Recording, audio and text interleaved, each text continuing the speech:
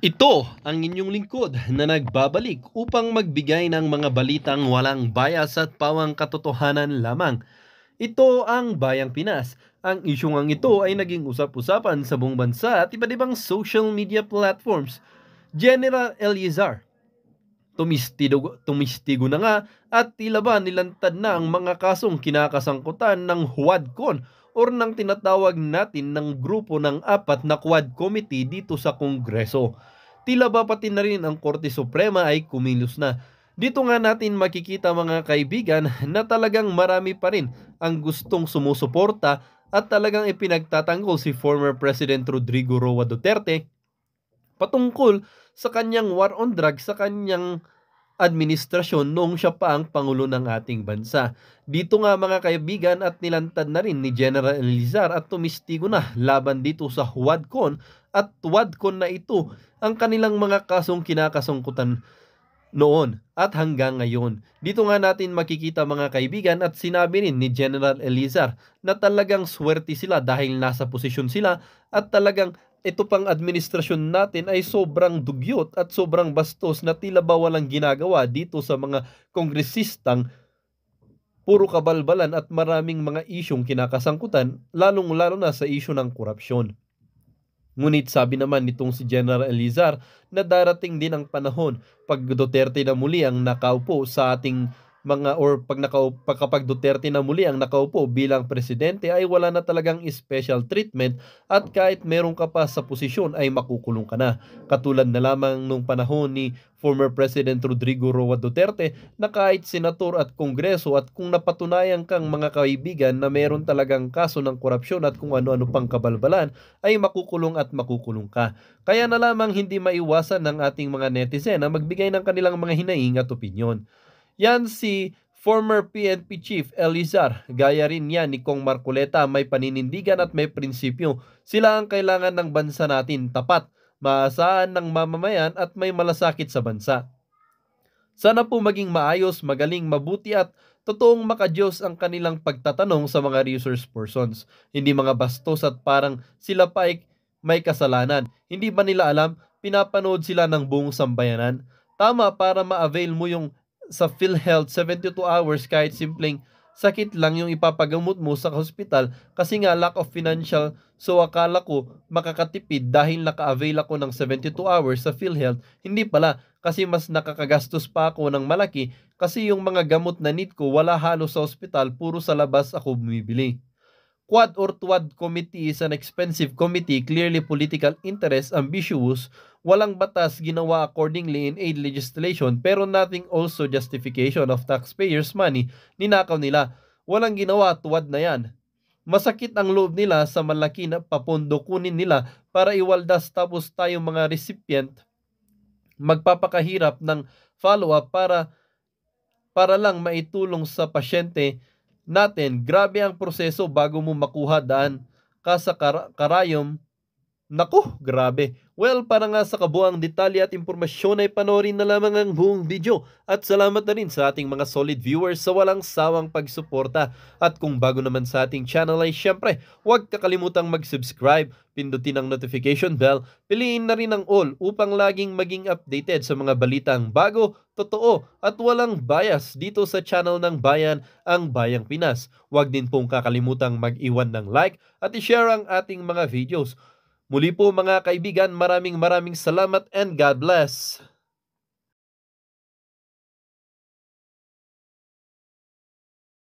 Papakita ko lang sa inyo ha, etong sinasabing ni Elizar, okay? Ni PNP Chief Elizar, dating PNP Chief ito. Ito, ulitin ko ha, hindi ho ito maka-Duterte.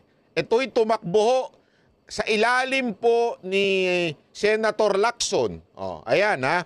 Ito po, October 14. October 14, 2024.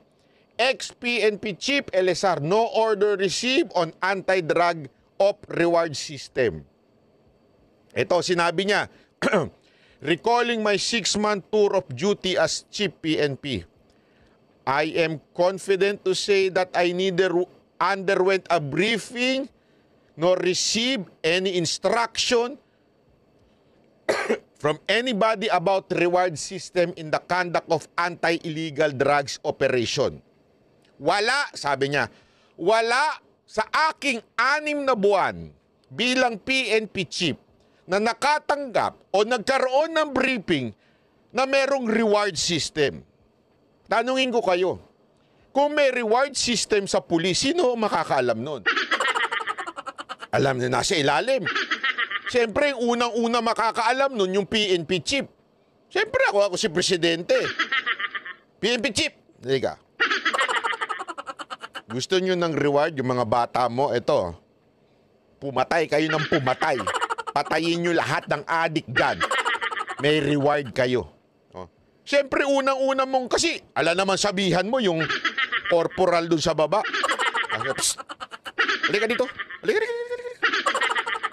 Pumatay ka ng adik dyan, ha? Tapos may reward ka sa akin. Siyempre, kung makakarating yun doon sa mga nasa ibabaw niya, kay sarhento, kay kapitano, kay major, kay colonel, kay general. Ito si presidente, oh. Ang sinabihan, si corporal lang.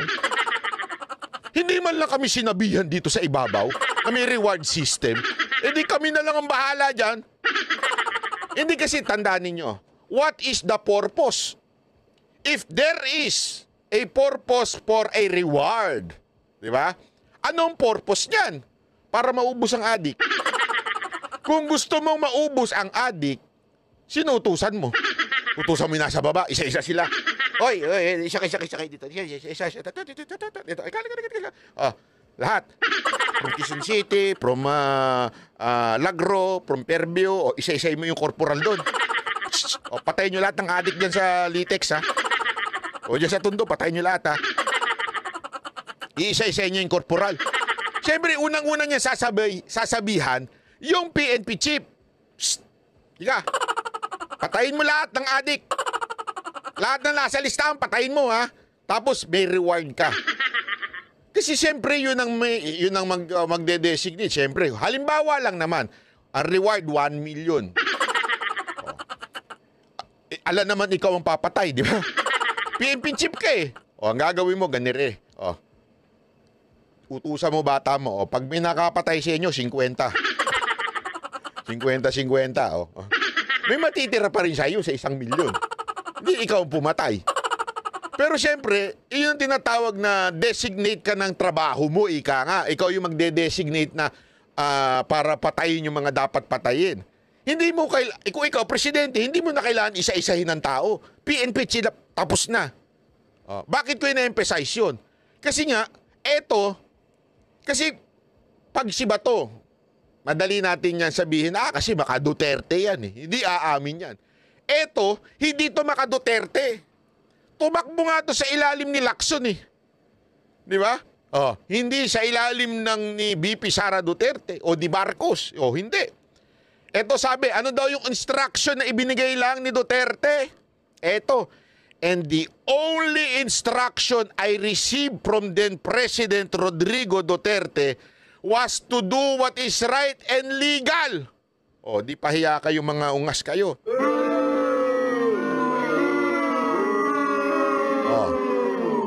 Sira ang kwento nyo. Ito na lang eh. Ikaw abogado, sige. Okay, ikaw na lang judge. Okay?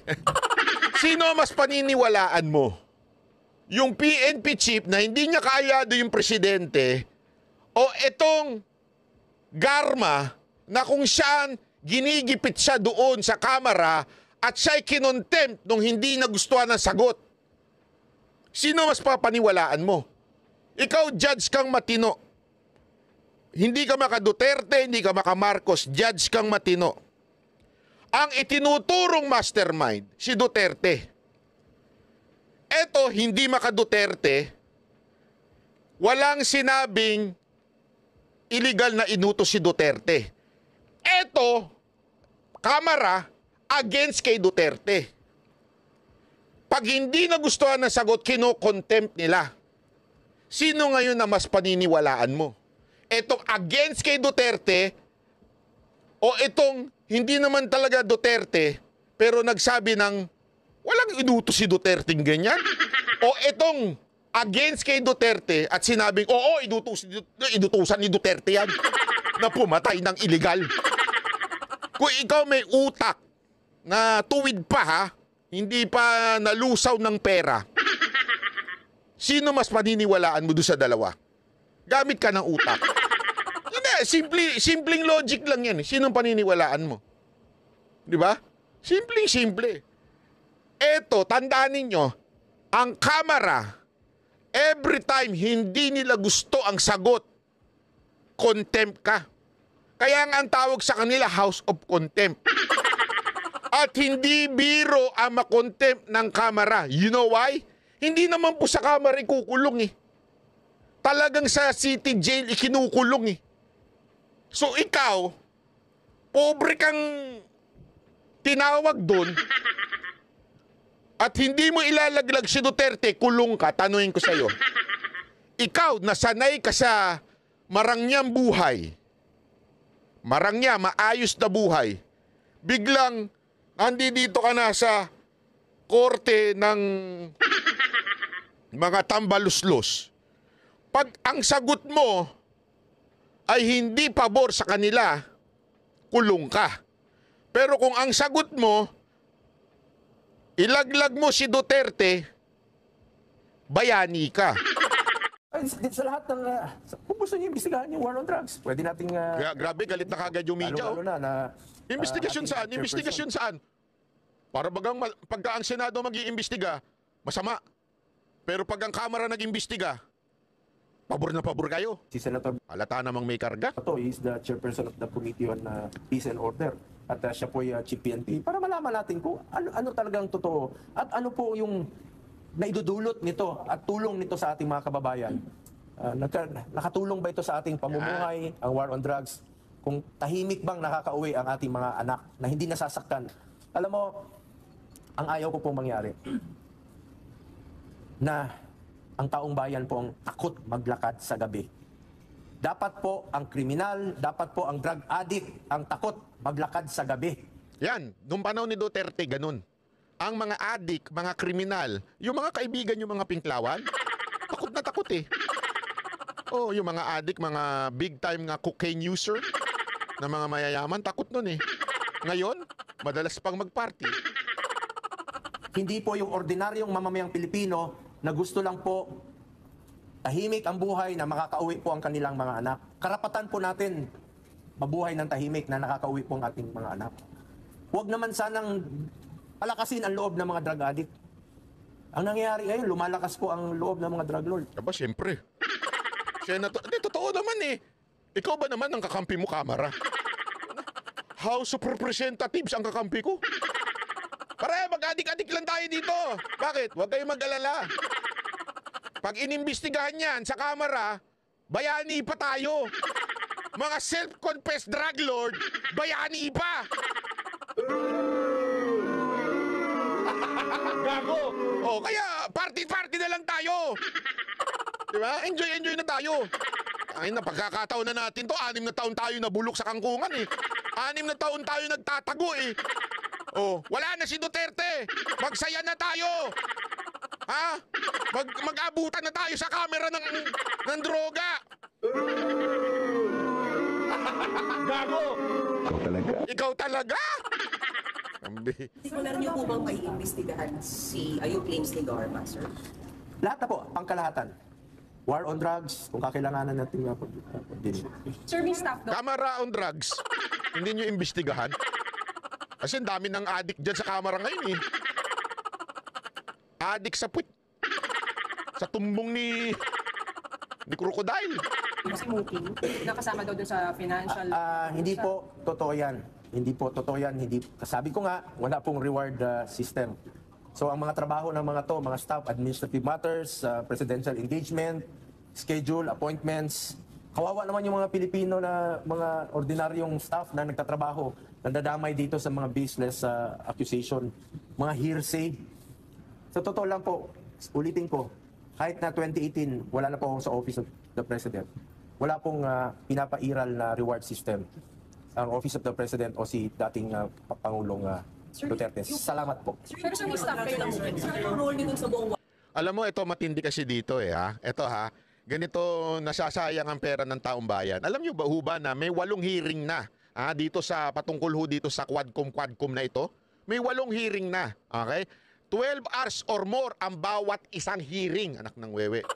Isipin nyo yun 12 hours sa bawat hearing. Oh, nakailang ano na yun, umabot na yun sa 100 oras. Bakit? 8 hearing na yan Oh, ang tanong. Tanong. Meron ba ni isang resulta na naidulit? Wala.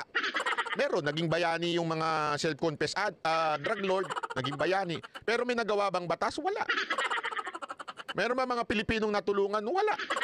Meron mga Pilipinong natulungan ma-promote yung kanilang pagtutulak ng droga. Oh. Hindi kaya nga, alam mo, i-compare natin. I-compare natin doon sa hearing doon sa Senado na under kay Senator Bongo. Ano yung hearing na yun? Yung hearing ng Senate Committee on Health, yung patungkol po doon sa... Kasi ito nakaligtaan Hindi ko nga maintindihan Ito ito mga Alam mo, nung isang linggong hindi ako nakapag-live, nagkaroon ako ng reflection. Ayoko na magmura Pero napapamura ako Bakit kanyo? Itong mga lintik na media nato, itong mga media natin, pasensya na media, talaga meron kayong tama sa akin yun. Kayo mga media, adik na adik kayo kay Alice Guo, adik na adik kayo dito kay Garma, pero hindi nyo ibinabalita yung mga hearing patungkol ho dito sa PhilHealth. Ano ba nangyari? Ito itong PhilHealth na ginawa ni Senator Bongo, 3 to 5 hours lang kada hearing. Once a month. Imagine niyo yun, once a month, 3 to 5 hours lang. Okay? Comparing, saan? Sa 12 hours, bawat isang hearing na nakawalo na ang Quadcom dito sa PhilHealth, 3 to 5 hours lang once a month. Okay? Eto ano resulta nun sa Quadcom? Wala, tae, nga. Anong resulta nitong sa PhilHealth? Number 1, nag-commit ang PhilHealth. Iko-cover na ang pambili ng salamin sa mata ng bawat Pilipino. Akala nyo, biro yan. Hindi ho biro yan, marami namamatay dyan. Oo. Hindi, marami yung namamatay dyan, yung walang salamin, tas tumawid. Nabunggo. Ano pa? May ano pa mga resulta niyan? Ang isa pang resulta niya iko-cover na rin ang libreng palinis ng ngipin, pati ng konsultasyon. Malaking bagay yan, marami naghihiwalay na magpamilya dyan. Lalo na yung mga mababantot, ang bunganga. Yung mag-asawa, pagising, Bakit? Sirang-sira na yung ngipin pero dahil sa ganyang klaseng hearing ginawa ni Senator Bongo, isinama na rin sa PhilHealth yan. Hindi yung kapritsyohan yan mga kababayan. Tandaan ninyo, nakasalalay dyan ang pamilya. Hindi ako nagbibiro. Maraming naghihiwalay na mag-asawa dahil ang baho ng bunganga ng asawa nila. Pangalawa, hindi makakuha ng trabaho. Bakit? Ang baho ng bunganga in-interview. Anong magagawa mo sa kumpanyan to? Naaboy kagad nung... Isipin mo ikaw yung boss. May restaurant ka. Yung cashier ganun. Kesa na mainggan yung bumili ng chicken joy yung mga tao, naamo yung bunganga nung cashier. Wala na, yari na. Dahil doon, natulungan na magkatrabaho. Pangatlong nagawa nung PhilHealth na hearing na yan, bago matapos ang 2024, ibababa na ang kontribusyon ng regular members ng PhilHealth. Yung kaltas sa sweldo natin magiging mas mababa na. Ito yung sinasabi nating hindi sayang sa pera ng taong bayan. Nag-hearing pero may resulta. Pangatlong resulta na yun Quadcom, ano resulta? Bayani ang self-confessed drug lord. May bago silang artista na paiyak-iyak. Pang-apat, na resulta ng PhilHealth. Pambili ng wheelchair. Pinag-aaralan na rin i-cover yun. Malaking yan. Malaking bagay yan yung pambili ng wheelchair. Naku po. Panglima, magkakaroon na ng emergency outpatient package. Ibig sabihin, kahit hindi ka ma-confine, cover ka pa rin. Kasi ang PhilHealth ngayon, kailangan ma-confine ka bago sagutin yung mo. Minsan, siyempre, ayaw mo na magpa-confine. Bakit? Kasi kailangan mo magtrabaho. Kasi may mga ganun Diba? Yung kahit may sakit ka, kahit may iniindang kang may sakit, may napilayang ka, hindi ka pwedeng mag-absent sa trabaho. So, ipipilit mo. Ang mangyayari nun, hindi na cover ng PhilHealth. Pero dahil ngayon, dahil sa hearing na yan, nag-commit na ang PhilHealth na i-cover na nila yan kahit hindi ka pa i-confine. Di ba? Ano pa? Number 6, Ibinasura na rin ang single period of confinement policy. Naku, yan ang pinakamaganda sa lahat. Ano yun? Single. Simple lang po ibig sabihin nito. Kahit ilang beses kang tamaan ng sakit, paulit-ulit i-cover ng pila. Di katulad dati. Kasi dati, isang beses ka lang pwede magkasakit. Bali ay magdi-decide ng health mo, PhilHealth. Kaya pala ang pangalan, PhilHealth. Sila lang ang magdi-decide ng health mo. So pag nagkasakit ka sa susunod, hindi na sila kasali doon. Ngayon, wala nang ganun. So kung gusto mo magkasakit araw-araw, tutulungan ka na ng PhilHealth. Hindi ko naman sinasabing gawin mo yun, ano? Pero kasi hindi maiwasan yun, lalo na pag matanda ka na, tapos ang dami mo ng problema, may kabit ka pa, stress ka pa. Hindi totoo di ba?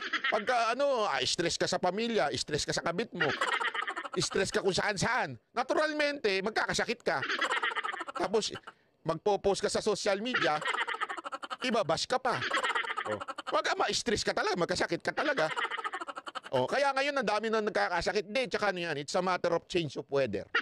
Hindi, alam nyo ba na alam nyo yung climate change na yan? Maraming nadudulot na sakit yan, lalo na sa mga asthmatic na tulad ko.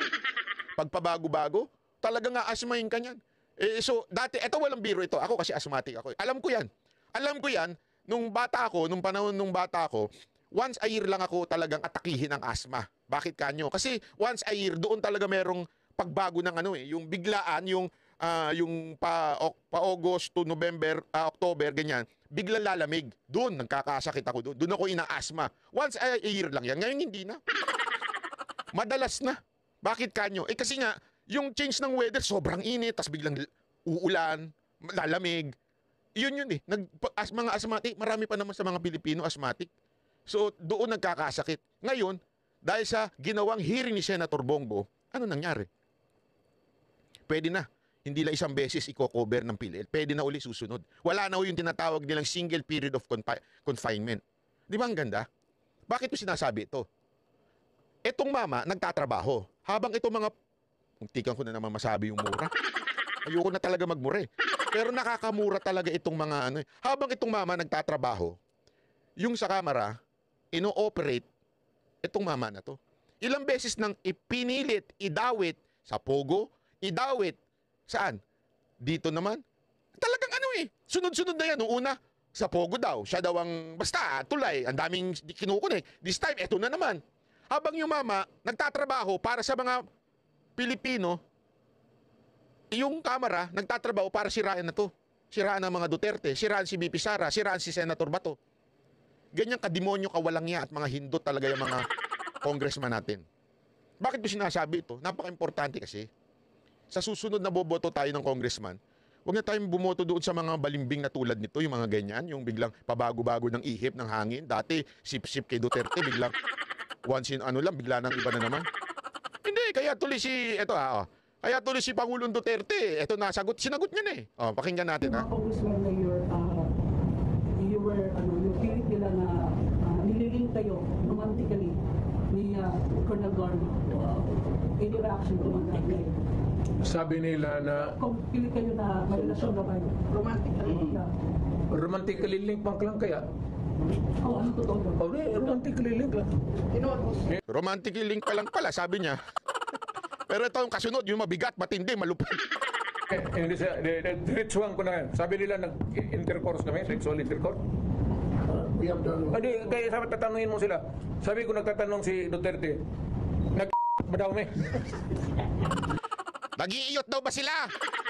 Hindi, kasi tinutut pa ng sabagay sa TV kasi yan. Ito sa sa social media. Sabi ni Pangulong Duterte, diretsuhin nyo na. Kasi meron pang may romantic link, mga ganyan-ganyan. Hindi, diretso nyo na, nag-iiyot kami. Use the word. Use the word, sabi niya nga eh. Relasyon man ka. Yung mga ganun-ganun na patapsing yun. Diretsuhin na natin. Oh. Nagkauyap ba yan sila ni Duterte o ba ni Duterte? Bakit kasi tinutut pa eh? Diretsuhin nyo na. Huwag nyo na kasi romantic, lik. Liklikin nyo mga mukha nyo. Diretso nyo na, nag-iiyot kami.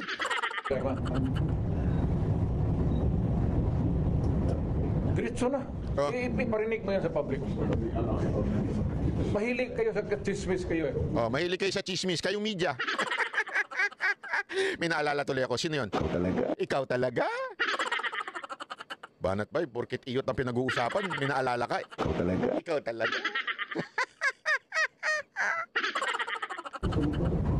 Kasi kayo mga chismoso, may romantic league pa. Ikaw talaga. Ikaw talaga. Lahat ng pulis malapit talaga sa akin. Alam ninyo taga Davao na ang pulis magkakaso lalo na in the performance of duty. Akin talaga yan. Yan, Ang kaso sa pulis na performance of duty, akin dyan, ang mayor ako. Walang problema yan. Hanggang personal nila. Ngayon kung nagduda sila o may chismis na paminigarma sila, nag-ingon si mayor. Sayang, mali kasi yung nakuha kong video. Nag-iyot si Hindi kasi alam mo, sige, sabihin nyo ganun, sige, nag-iyot. Para wala na isamok. Di ba? Kasi gusto nyo ng chismis, sige, nag-iyot na kami.